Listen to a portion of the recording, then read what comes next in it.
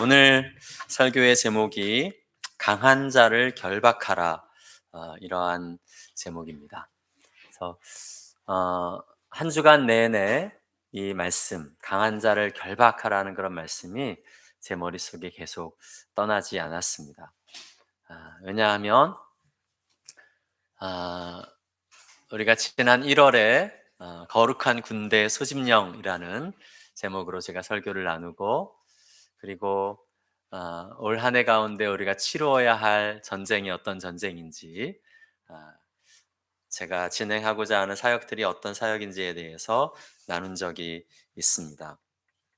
이제 한 4개월 이렇게 가까이 지나고 있는데요. 4월 첫 주부터 시작되었던 통일송 창작 세미나가 이제 어제로 잘 마무리가 되었습니다.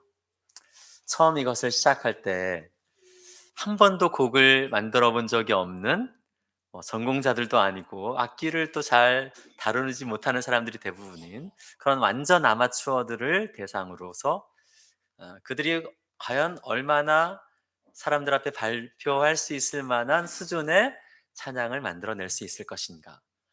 저도 참 의구심이 많았습니다. 게다가 특별히 그냥 찬양을 만드는 것도 어려운 일인데, 그것이 통일송이라는 주제로 한정되어져 있기 때문에 통일에 대한 마음들을 얼마나 이 시대의 젊은이들이 많이 가지고 있어서 어, 그걸 곡으로 또 이렇게 잘 만들어낼 수 있을까 하는 의구심들을 제가 동역하는 그 단체의 모든 목사님들이 많이 가지고 있었던 것 같아요. 네, 그분들을 설득하는 일이 굉장히 어려웠고, 네, 설득해서 이제 이 세미나를 시작을 했는데, 6주의 시간들을 통하여서 아, 곡들이 얼마나 모여졌을까요, 여러분? 네. 한 세네 곡 정도 세상에 발표할 수 있는 곡들이 모여지면 그래도 성공한 거다, 이런 생각을 저는 개인적으로 가졌습니다. 그런데 이 6주의 시간을 통해서 한 40명 정도가 세미나에 이제 함께 하겠다고 신청을 해서 한 달간 진행을 했는데, 25곡의 곡이 모여졌습니다. 그런데 25곡 중에서 제가 판단하기에 적게 잡아도 절반 이상은 어디에 놓아도 부끄럽지 않은, 교회 안에서 충분히 불려질 만한 그런 선율과 그런 가사를 담은 그런 곡들이 만들어졌습니다. 놀라운 일이죠. 네, 이제 다음 주일부터 제가 한 곡씩 여러분에게 들려드릴 텐데, 정말 하나님이 하셨구나. 우리의 지혜와 우리의 재능으로, 우리의 노력으로 만들어낼 수 없는 그런 곡들을 하나님이 주셨구나, 이런 생각들을 하게 되었습니다. 그런데 이 일들을 진행하면서 만만치 않았습니다. 그 싸움들이 정말 만만치가 않았어요. 네, 제가 3년 동안 어, 한국에 머물면서 금식을 몇 차례 했는데 이번만큼 어려운 금식이 없었어요. 네, 3주 하고 나서 완전 어지러움증이, 이러다 죽겠구나 생각이 들 정도로 어지러움증이 왔어요. 대개는 한 주일 사역을 쉬고 이렇게 누워 있으면 그러면 원 컨디션으로 돌아오는데, 3주가 지났는데 아직도 제가 해롱거려요. 네, 그래서 오늘 아침에 성찬을 준비하고 있을 때 우리 사모님께서 인사를 하시는데, 제가 이렇게 돌아보고서 인사를 할 수가 없었어요. 돌아보면 어지러워서 넘어질 것 같아가지고. 네, 죄송합니다, 사모님. 근데 어, 제가 이렇게 몸이 아플 때는 대개는 하나님이 우리 아내는 지켜주시거든요. 근데 우리 아내가 어제부터 또 엄청 아파가지고, 네, 몸을 잘 못 가눴어요. 그래서 한꺼번에 이렇게 막 흔들리고 있는 상황을 보면서, 아, 이것이 정말 만만치 않은 영적인 싸움이구나. 우리 조건사님 응급실에 실려가셔서 3일간 강제 금식하시고 아무것도 못 드시고, 네, 우리 각 사람 한 사람 한 사람이 감당하고 있는 영적인 싸움들이 참 만만치 않다 하는 그런 생각이 들었습니다. 아, 왜 이렇게 작은 마을에서, 예? 이 한반도의 이 한국의 끝에서 이 작은 공동체에서 하고 있는 이 일이 뭐 그렇게 얼마나 거창한 일이라고 이토록 치열한 영적인 전쟁을 치러내야 하는 걸까? 그런 생각을 제가 곰곰이 해봤어요. 어제 제가 이제 최종적으로 선정된 곡들을 이제 들을 만한 음원으로 만들어 주시는 프로듀서님을 PD님을 어제 만났는데 그분이랑 이런저런 얘기를 하면서 이런 얘기를 했더니 그분이 이렇게 한마디 하시더라고요. 목사님, 여기가 최전방이잖아요. 이런 얘기를 하시더라고요. 그러고 보니까, 그렇지. 여기가 최전방이지. 우리가 살고 있는 이 지역이 DMZ 정말 최전방이지만, 이 영적인 전쟁터에서도 여기가 정말 최전방이구나. 그런 생각이 들었습니다. 제가 보니까 여기 이렇게 앉아 계신 여러분 한 분 한 분이 네, 산전수전 다 겪으신 분들이에요. 그래서 어, 어느 전쟁터에 떼어놓아도 그 전쟁을 잘 치르실 만한 그런 한 사람 한 사람들을 다 뽑으셔서 여기에 불러 모으셨다 이런 생각이 들었습니다. 그러면서 이제 이 말씀을 오늘 제가 나누는 것은 영적 전쟁을 이 치열한 상황 가운데서 우리가 극복할 수 있는 길은 이제는 우리가 방어에 머물지 않고 적극적인 공격을 해야 할 타이밍이구나. 그런 시점이구나. 이런 생각이 들었어요. 여러분, 러시아가 우크라이나를 침공한 지 이제 한 달 반이 넘었습니다. 아, 이 엄청난 전쟁이 우크라이나를 덮쳐올 때 세계에서 두 번째로 강한 강대국이 우크라이나라는 작은 나라를 덮칠 때에 러시아뿐만이 아니라 모든 서방, 유럽과 미국과 모든 나라들 주변에 있는 나라들이 3일 안에 우크라이나의 수도 키우가 점령될 것이다. 이런 예상을 했습니다. 일주일 버티면 정말 오래 버틴 거다. 이런 생각을 했어요. 그런데 2달 동안 무너지지 않고 버티고 있어요. 여태까지는 방어만 했어요, 우크라이나가. 그런데 지난주 말에 우크라이나 국방 그 참모총장이 이제는 우리가 수세에서 공세로 전환한다. 이런 발표를 했습니다. 놀라운 일입니다. 러시아 세계 제2위의 국방력을 가진 군사력을 가진 나라에서 자기들이 가진 모든 힘의 초기의 60%를 우크라이나에 쏟아부었어요. 그걸로도 안 되니까 얼마나 더 많은 군사력들을 끌어왔는지 모릅니다. 어떤 사람들은 80% 정도 끌어왔다고 얘기합니다. 근데 가지고 왔던 장갑차와 탱크의 절반이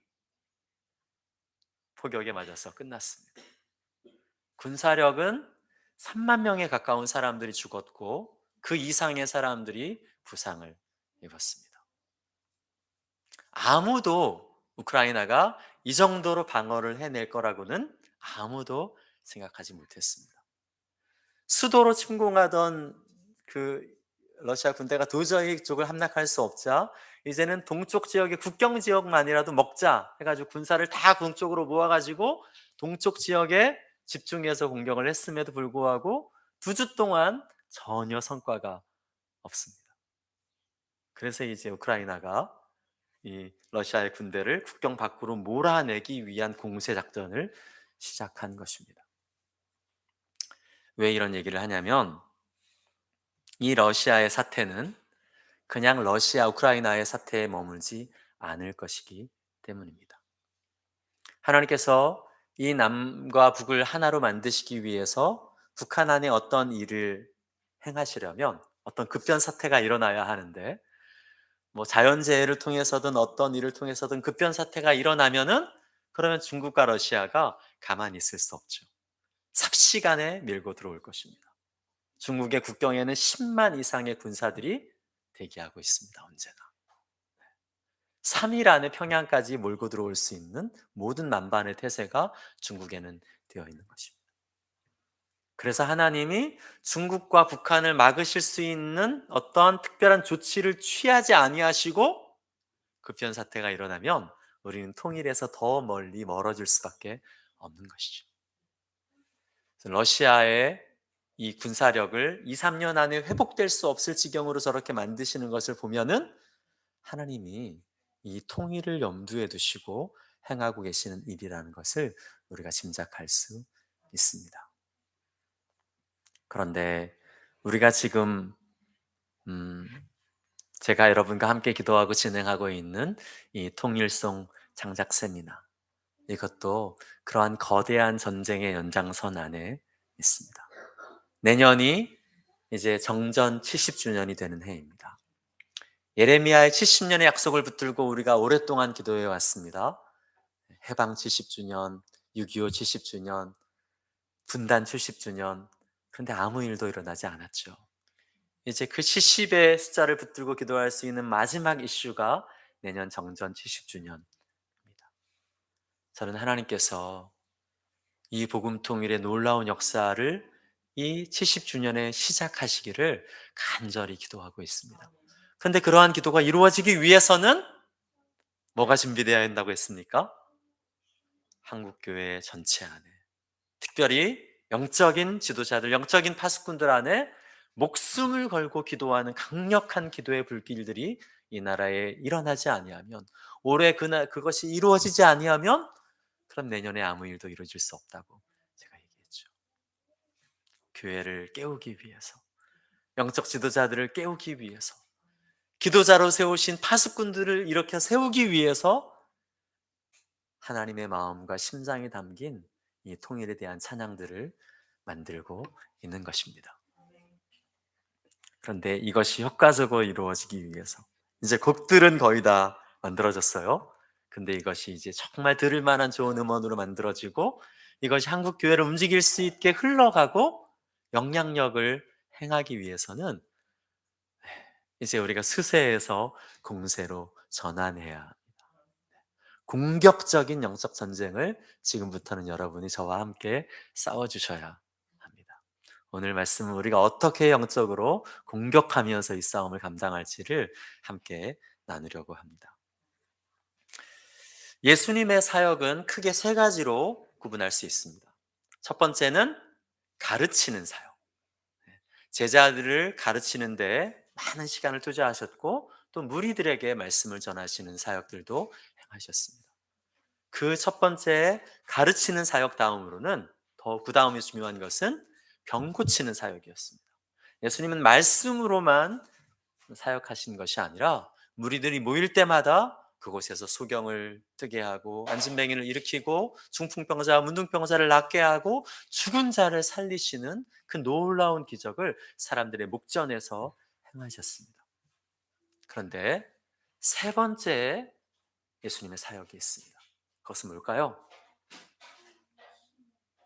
가르치는 사역, 그다음에 치유의 사역 두 번째, 그다음에 세 번째 사역. 뭘까요? 세 번째 사역은 귀신을 내어 쫓는 사역이었습니다. 두 단어로 얘기하면 축사입니다. 귀신을, 사탄을 축출해낸다, 사악한 것을 축출해낸다, 그런 의미입니다. 오늘 본문에 보면 바리새인 서기관들이 예수님을 바알세불, 귀신의 왕이거든요. 이 귀신의 왕을 힘입어서 다른 귀신을 쫓아낸다고 예수님을 비방했습니다. 바리새인들과 서기관들이 예수님을 이렇게 비방한 것은 한두 번이 아니라, 예수님이 귀신을 내어 쫓으시는 이 사역이 굉장히 자주 반복되는 예수님의 중요한 사역의 일부분이었기 때문에 바리새인들과 서기관들이 이런 누명을 씌워서 예수님을 비방하였던 것입니다. 마가복음 3장 14절에 보면은 예수님이 12제자를 세우시는 목적을 기록하고 있습니다. 이는 자기와 함께 있게 하시고 또 보내사 전도도 하며 귀신을 내쫓는 권능도 가지게 하려 하심이로라. 예수님의 3대 사역, 중요한 이 3대 사역처럼 제자들, 12제자를 세우시는 목적 또한 세 가지 중요한 목적으로 이야기하고 있습니다. 그것은 예수님과 함께 하면서 예수님께 보고 듣고 가르침을 받는 것. 그것이 첫 번째고, 또 보내사 전도하시고, 그리고 귀신을 내쫓는 권능을 가지게 하기 위해서. 제자들을 세우신 중요한 목적 중에 세 번째가 귀신을 내쫓는 사역이라고 예수님은 얘기하고 계시는 것입니다.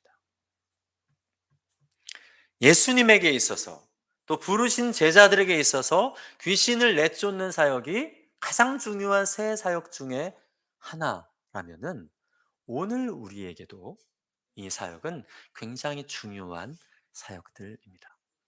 근데 지금은 이 예수님 때만큼은 이 사역이 활발하고 적극적으로 이루어지는 것은 아니죠. 왜 그럴까요?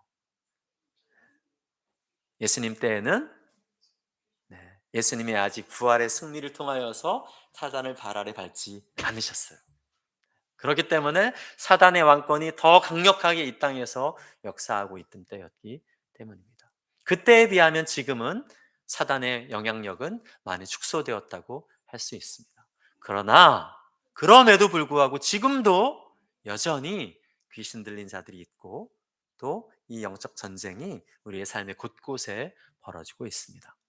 특별히 여러분, 어, 다른 마을들에서는 별로 이렇게 발견할 수 없을지라도 어촌 마을들 있잖아요. 특별히 교회가 없는 어촌 마을, 여러분 지금도 방문해 보시면 꼭꼭 그 마을에 한두 사람씩은 귀신 들린 자들이 있습니다. 잠깐 20대 때 이렇게 청년들이랑 전도여행 팀을 꾸려서 이렇게 전국을 다닌 적이 있는데, 그때 보면 이렇게 어촌 마을에 가면은 이렇게 묶여져 있는 사람들이 있어요. 마당에 우리 같은 곳에 쇠사슬로 묶여져 있는 사람을 그때만 해도 심심치 않게 발견할 수 있었습니다. 정신 이상자들과 귀신 들린 자를 구분하는 것은 쉽지 않은 일입니다. 근데 모든 정신 이상 든 사람들을 귀신 들렸다라고 이렇게 여기고 축사 사역을 하는 것도 잘못된 것인데, 그런데 모든 그런 정신 이상자들을 귀신과는 상관없는 것으로 생각하고 그냥 약물과 어떠한 병리적인 것으로만 접근하라고 하는 태도도 잘못된 것입니다. 분명히 귀신 들린 자들이 이 시대에도 존재하는 것입니다.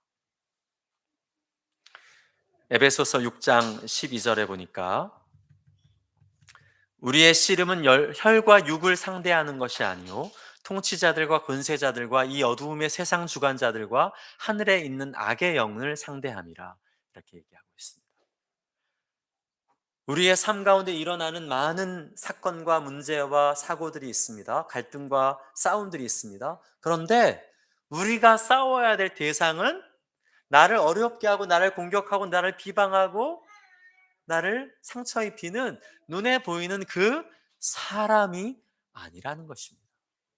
그 사람과 더불어서 내가 싸우려고 하면은 백전백패라는 것입니다.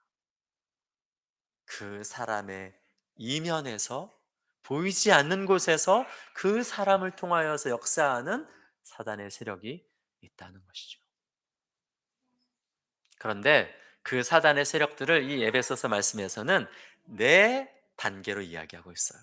첫 번째는 정사, 두 번째는 권세, 세 번째는 어두움의 세상 주관자들, 네 번째는 하늘에 있는 악의 영들. 이것이 사단의 계급 체계입니다. 정사는 한 나라의 그 정부나 왕의 뒤에서 영향력을 행사하는 세력을 말합니다. 권세는 한 나라 안에 여러 중요한 영역들이 있습니다. 정치, 경제, 미디어, 문화, 가정, 교육, 이런 여러 중요한 기둥들, 나라를 떠받들고 있는 그런 여러 중요한 기둥들이 있는데 그 하나하나의 중요한 세력들 뒤에서 영향력을 행사하는 그런 사단의 세력들이 권세입니다. 그다음에 어두움의 세상 주관자들, 이런 자들은 어떤 지역별로, 어떤 도시별로 영향력을 행사하고 있는 그런 세력들이라고 말할 수 있습니다. 어떤 도시는 유별나게 동성애가 강력하게 발달한 그런 도시들이 있죠. 어떤 도시들은 강력한 분열의 영이 지배하고 있는 그런 도시들이 있습니다. 어떤 도시는 아주 강력한 마약과 또 어떤 폭력과 그런 것들로 지배되어진 그런 도시들도 있습니다. 그리고 마지막으로는 하늘에 있는 악의 영들. 이 존재는 어떠한 개인이나 또 가정이나 가문이나 이런 것들의 영향력을 행사하는 그런 세력들이라고 할 수 있겠습니다. 여러분, 푸틴이 푸틴이 자기의 생각과 자기의 판단과 자기의 결정만을 가지고서 군대를 움직여서 러시아가 우크라이나를 침공하게 했을까요? 푸틴이 나쁜 놈이죠. 네? 수많은 젊은이들, 자기는 안전한 곳에 지하 벙커에 어떠한 미사일 공격에도 죽지 않을 수 있는 안전한 곳에 거하면서 그 무지한 젊은이들을 전쟁터에 내몰아서 죽게 한 푸틴이 정말 나쁜 인간이죠. 그렇지만 푸틴 한 사람이 나쁜 인간이어서 이런 전쟁이 일어나는 것이 아니라는 것입니다. 그 배후에 그 정치를 움직이고 그 지도자를 움직이고 나라를 움직여서 이 전쟁에 휘말리게 하는 그런 악한 어둠의 세력들이 존재한다는 것을 우리는 기억해야 합니다. 그런데 예수님께서 제자들을 부르시면서 전도 여행을 보내실 때에 예수님께서 그냥 전도 여행을 보내신 것이 아니라 제자들에게 뱀과 전갈을 밟으며 모든 원수의 능력을 제어할 권능을 주셨다. 이렇게 얘기합니다.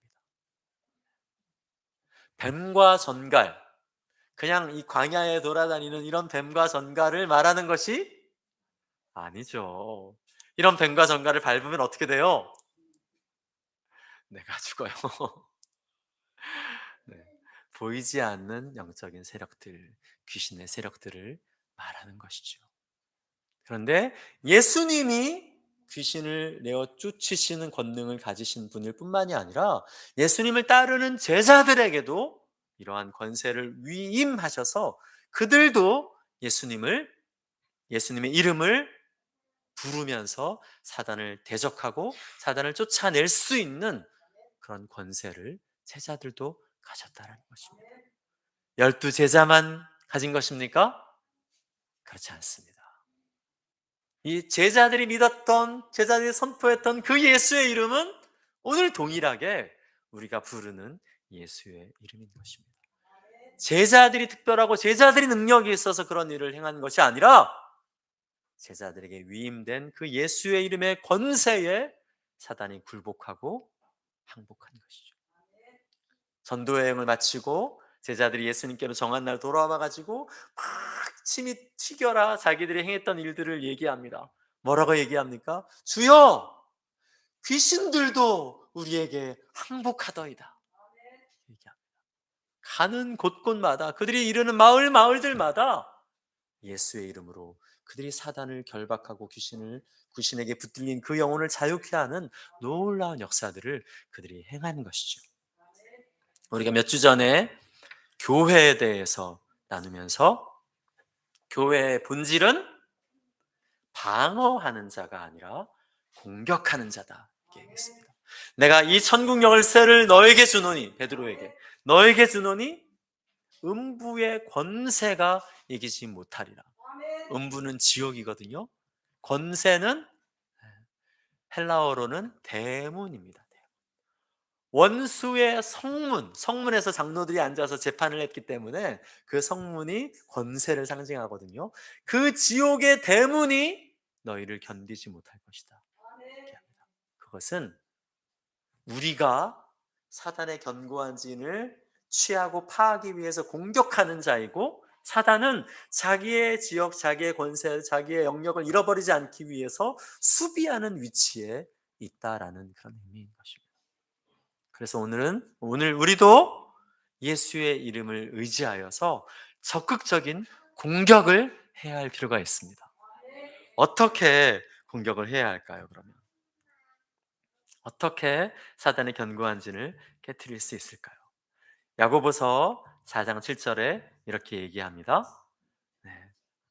마귀를 대적하라. 그리하면 너희를 피하리라. 이렇게 얘기합니다. 우리가 마귀를 대적할 수 있는 권세를 하나님께서 우리 입술에 주셨대요. 예를 들어서 얘기하면 내가 나사렛 예수 그리스도의 이름으로 명하노니, 예수 그리스도의 이름으로 선포하노니 모든 어둠의 권세는 떠나갈지어다.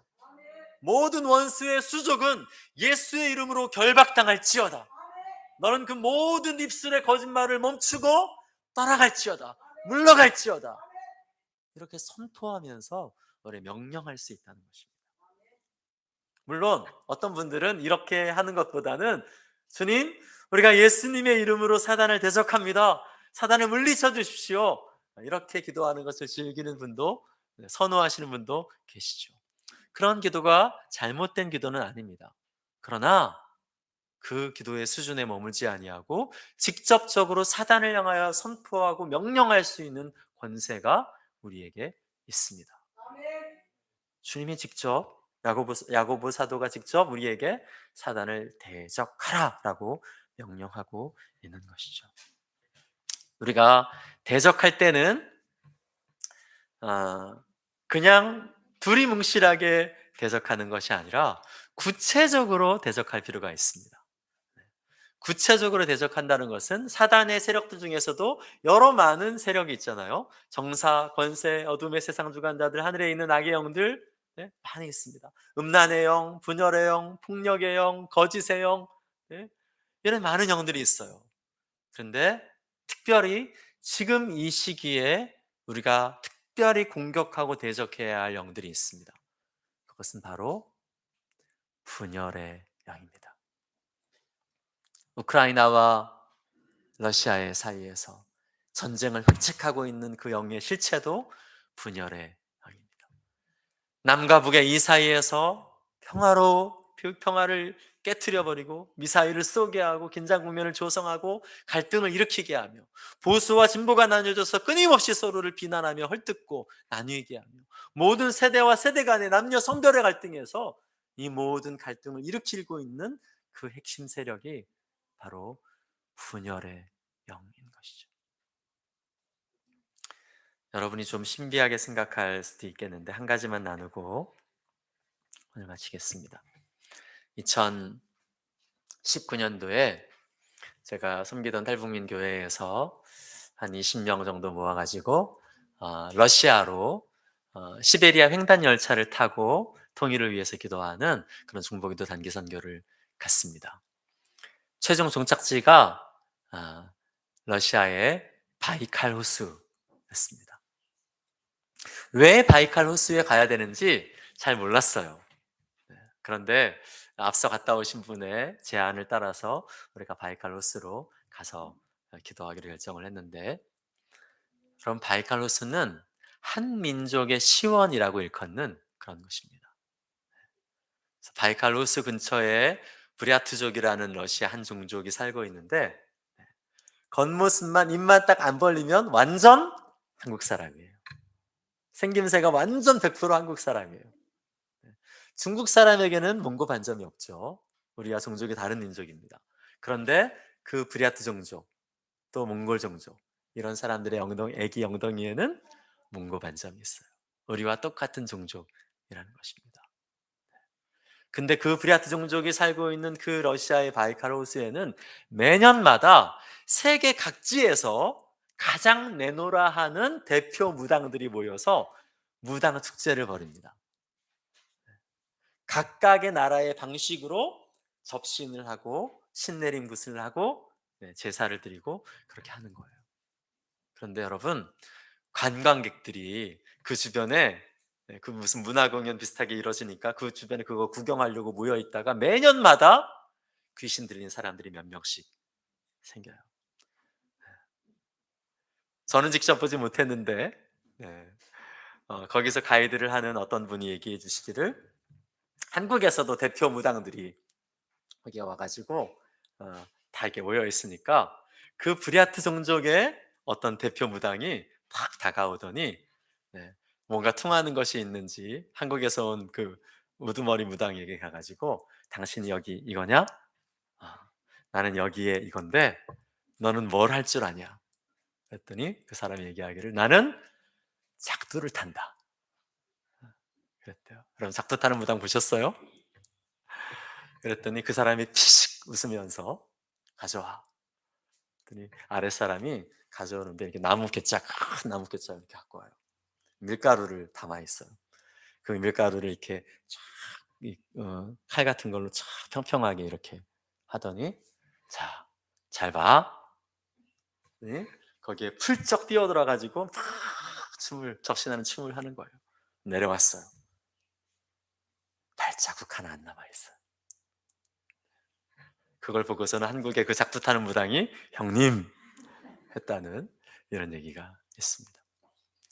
네, 그런 접신이 벌어지고 있는 그 현장에 한국의 중보기도 팀이 가 가지고 막 영적으로 대적하면서 하는 기도를 이렇게 했더니 예, 한 번도 어떤 그런 환상이나 이런 걸 보신 분이 아닌데 하나님께서 그날 한 분 여자분에게 환상을 보여주셨는데 거대한 골리앗 같은 그런 장수가 머리끝부터 발끝까지 완전 중무장을 갑옷을 입고 불화살을 자기 키만큼이나 큰 불화살을 들고 멀리 그 불화살을 쏘고 있는 거예요.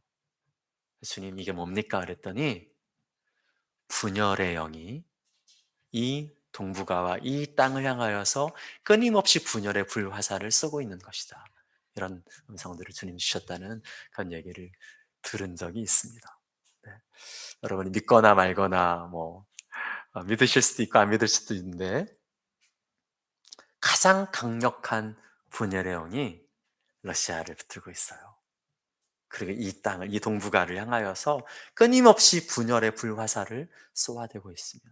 지금은 그 우크라이나를 향하여서 쏘아대고 있습니다. 우리가 그 분열의 영을 대적하지 아니하며 그 적의 실체를 알고 지피지기 백전백승이잖아요.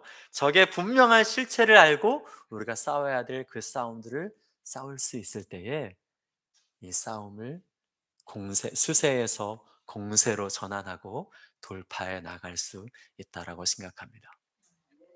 오늘 이 설교가 여러분에게 굉장히 낯설고 이거 이단 아니야? 이렇게 생각이 들 수도 있는 그런 설교일지도 모르겠습니다.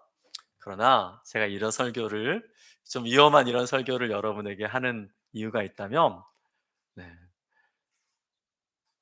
이제 저 혼자서는 안 되겠어요. 네.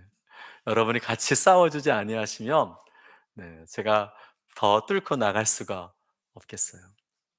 그래서 이것이 정말 이제 곡들이 모아졌는데 이 곡들이 잘 만들어져서 한국교회 전체에게 흘러나가고 한국교회 전체를 깨울 수 있는 그러한 찬양의 무기로 사용되어지기 위해서는 여러분의 적극적인 중보기도의 그 미사일들을 여러분이 쏘아주셔야 이 싸움들을 우리 모두가 뒤로 밀리지 않고 능히 감당할 수 있다고 생각이 듭니다.